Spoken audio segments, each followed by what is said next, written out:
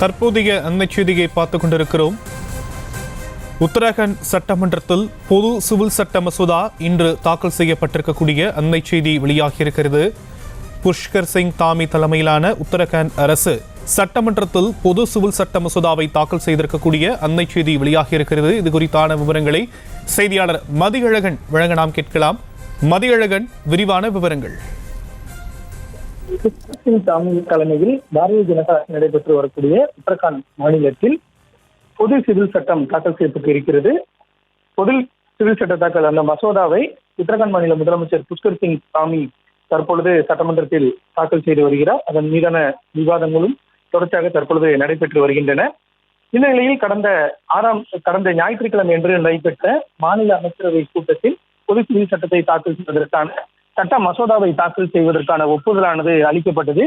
இதற்காக உச்சநீதிமன்ற முன்னாள் நீதிபதி ரஞ்சனா பிரகாஷ் தேசாய் தலைமையிலான 5 பேர் கொண்ட குழு இந்த பொது சிவில் சட்ட மசோதாவை தயார் செய்தது. அது மாநில அமைச்சரவை கூட்டத்தில் வைக்கப்பட்டு ஒப்புதல் பெறப்பட்ட நிலையில் இன்றைய தினம் சிறப்பு கூட்டத்தொடர் கூட்டப்பட்டு பொது சிவில் சட்ட மசோதாவானது தற்பொழுது தாக்கல் செய்யப்பட்டு இருக்கிறது. இந்த மசோதாவில் பல்வேறு முக்கியமான அம்சங்கள் இடம்பெற்றிருக்கின்றன. குறிப்பாக பலதார மனங்களை ஒழிப்பது, குழந்தை திருமணங்களை ஒழிப்பது, அதே போல ஆண் பெண் இரு பிரிவினருக்கும் சொத்தில் சம பங்கை அளிப்பது, அதே போல திருமணம் செய்து கொள்ளாமல் ஒன்றாக வாழக்கூடிய அந்த லிவிங் ரிலேஷன்ஷிப் அந்த உறவு முறைகளை பதிவு செய்தல் ஆகியவை இந்த மசோதா படி சட்டமாக்கப்படும். ஏற்கனவே இந்த பொது சிவில் சட்டம் கொண்டு வருவதற்கு காங்கிரஸ் உள்ளிட்ட எதிர்க்கட்சிகள் மிக கடுமையாக எதிர்ப்பு தெரிவித்து வருகின்றனர்.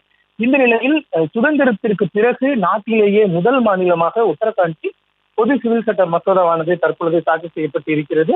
தற்பொழுது மசோதாவாக தாக்கல் செய்யப்பட்டு அதன் மீதான வாதங்கள் நடைபெற்று வரக்கூடிய சூழலில் இறுதியில் வாக்கெடுப்புக்கு விடப்பட்டு பெரும்பான்மை உறுப்பினர்களின் ஆதரவுடன் இந்த மசோதாவானது நிறைவேற்றப்பட்டு பின்னர் ஆளுநர் ஒப்புதல் அளித்து அரசியல் வெளியிடப்பட்டு அது சட்டமாக மாறும்.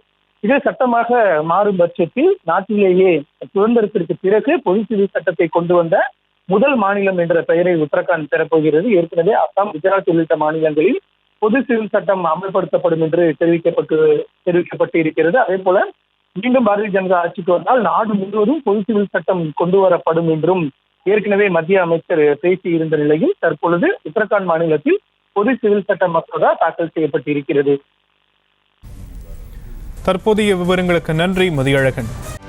செய்திகளை உடனுக்குடனும் துல்லியமாகவும் தெரிந்து கொள்ள சப்ஸ்கிரைப் பண்ணுங்க.